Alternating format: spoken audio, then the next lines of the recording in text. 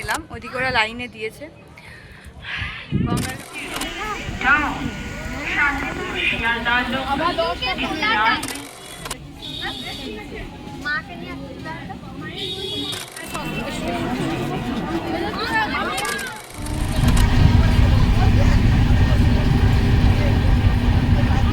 সাথে আলাপ করার দাও সুযোগ আমারে, এসো সবাই গড়ি এক সুন্দর পরিবার ঘরে বাইরে। তো এখন ভোরবেলা, আর এখন আমরা বেরিয়ে পড়ছি নৈহাটি বড় মায়ের উদ্দেশ্যে। আমি যাবো, দিশা যাবে, ঈশা যাবে এবং তাদের ফ্যামিলি যাবে। আমার ফ্যামিলি থেকে আপাতত এখন কেউ যাচ্ছে না, আর তাদের ফ্যামিলিটা আমার কাছে কম কিছু নয়। তো চলো বাকিটা রাস্তাতে দেখা হচ্ছে। আমি এখান থেকে গদাধরপুর স্টেশন অবধি পেখম রানীকে নিয়ে বেরোবো। নেক্সট কি করি সেটা যেতে যেতে দেখা।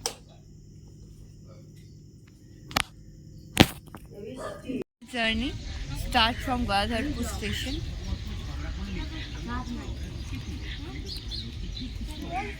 কাকিমারা আছে আর দিশা গেল টিকিট কাটতে।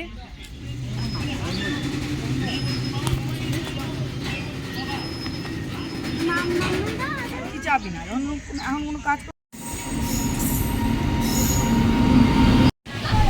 তো আমরা কোথায় যাচ্ছি? এখন ব্যান্ডেল নৈহাটি বড় মায়ের কাছে আমরা, ওইদিকে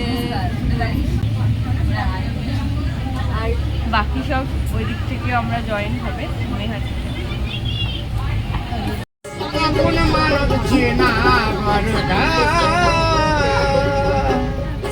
যেহেতু গদাধরপুর বা সাঁইথিয়া থেকে ডাইরেক্ট কোনো ট্রেন নৈহাটি অবধি নেই, তাই আমাদের গন্তব্য স্টেশন ছিল ব্যান্ডেল, দেন ব্যান্ডেল টু নৈহাটি জাংশন। আমরা যেহেতু অনেক সকালের ট্রেন ধরেছিলাম, তাই আমরা সানরাইজটাও দেখতে দেখতে যাচ্ছিলাম ট্রেনে। অপরূপ সুন্দর লাগছে। দিনটা যেহেতু একটা ওয়ার্কিং ডে ছিল, বুধবার, তো প্রচণ্ড ভিড় ছিল লেডিস কামরাতে।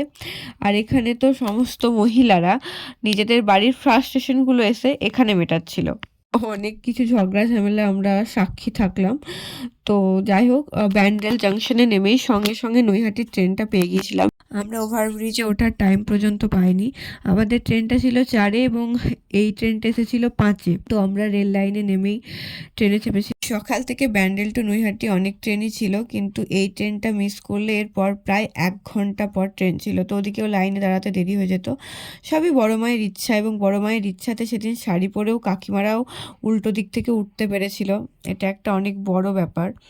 আমরা এখন ব্যান্ডেলে নেমে এই যে এই ট্রেনটার পরে আবার 1 ঘন্টা পরে ট্রেন ছিল।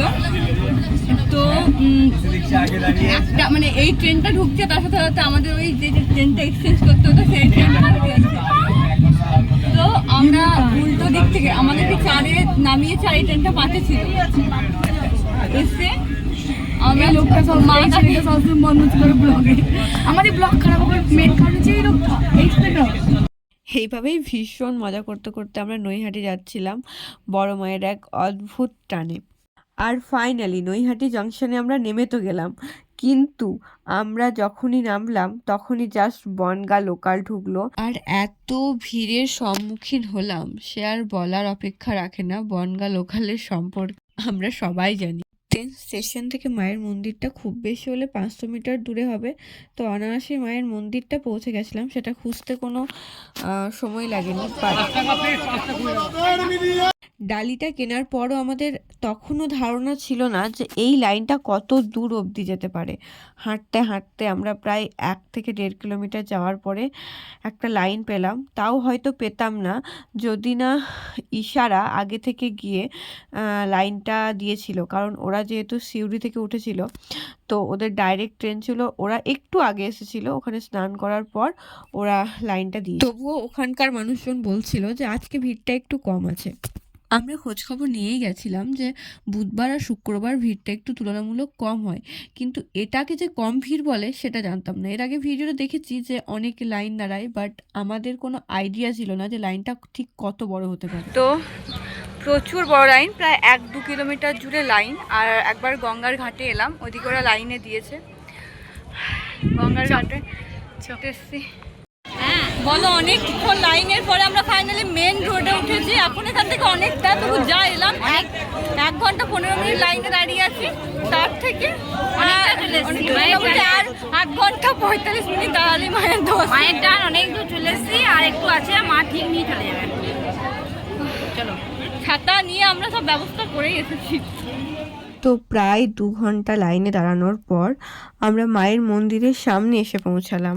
আর তখনও তর্স হয়েছিল না যে মায়ের মুখটা সামনে থেকে কখন দেখব, কিন্তু আমরা যখনই ভাবলাম এই তো এবার দর্শন হয়ে যাবে, ঠিক তখনই এই গেটটা বন্ধ হলো। কারণ কিছু মানুষকে ওরা ঢোকায়, ওখানে যতটা ক্যাপাসিটি আছে, দেন ওই মানুষগুলোকে বের করে আবার কিছু মানুষকে এন্ট্রি দেয়। ওখানে সিস্টেমটা আমার এতটাই ভালো লেগেছে, বা বলতে পারেন এতটাই মন কেড়েছে। প্রত্যেকটা মানুষকেই লাইনে দাঁড়াতে হবে, কারোর জন্য কোনো টাকা পয়সা দিয়ে কোনো এন্ট্রির ব্যাপার নেই, কোনো পান্ডাদের ঝুট ঝামেলা নেই, প্রত্যেকটা মানুষই সমান। অনলি সেলিব্রিটিদের জন্য একটা পাশে গেট করা রয়েছে, কারণ তারা যদি লাইনে দাঁড়ায় তাহলে সত্যি একটা ক্যাওয়াস তৈরি হবে তাই। আর পুরো লাইন জুড়ে প্রচুর পুলিশ, ইভেন ওখানে পুরোহিতদের হাতেও কোনো টাকা দেওয়ার নিয়ম নেই, শুধু প্রণামী বাক্স ছাড়া।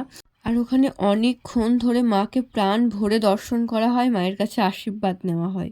মন্দিরে ঢুকে এই যে মায়ের ঘন্টার আওয়াজ, সেটা যে কি ভালো লাগছিল যে আর কিছুক্ষণের অপেক্ষা। তারপর ওখানেও ব্যারিকেডের মধ্য দিয়ে প্রায় 10টা লাইন। আর এই যে 2 ঘন্টা লাইনে দাঁড়াতে পেরেছিলাম তার প্রধানতম কারণ ছিল আমরাই এতজন মিলে গেছিলাম। 2জন পিসিমণি, 2জন কাকিমা, মিনু, ঈশা, বর্ষা, মিষ্টু, দিশা, বিষ্ণু।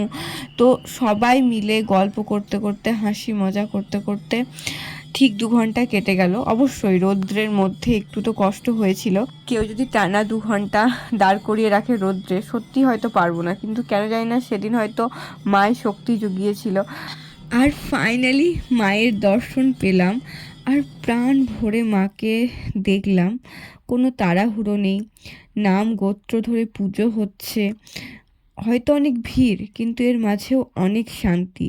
আর ওখানে গিয়ে যে আমি কি শান্তি পেয়েছি, সেই শান্তির ঘোর হয়তো এখনো কাটেনি বলা যেতে পারে। ফাইনালি মা বড়মায়ের পুজো দেওয়া হলো, আর বহুক্ষণ, এখন বাজে 1টা, মোটামুটি 1টা থেকে 1:45 নাগাদ আমরা ওখান থেকে বেরিয়েছি।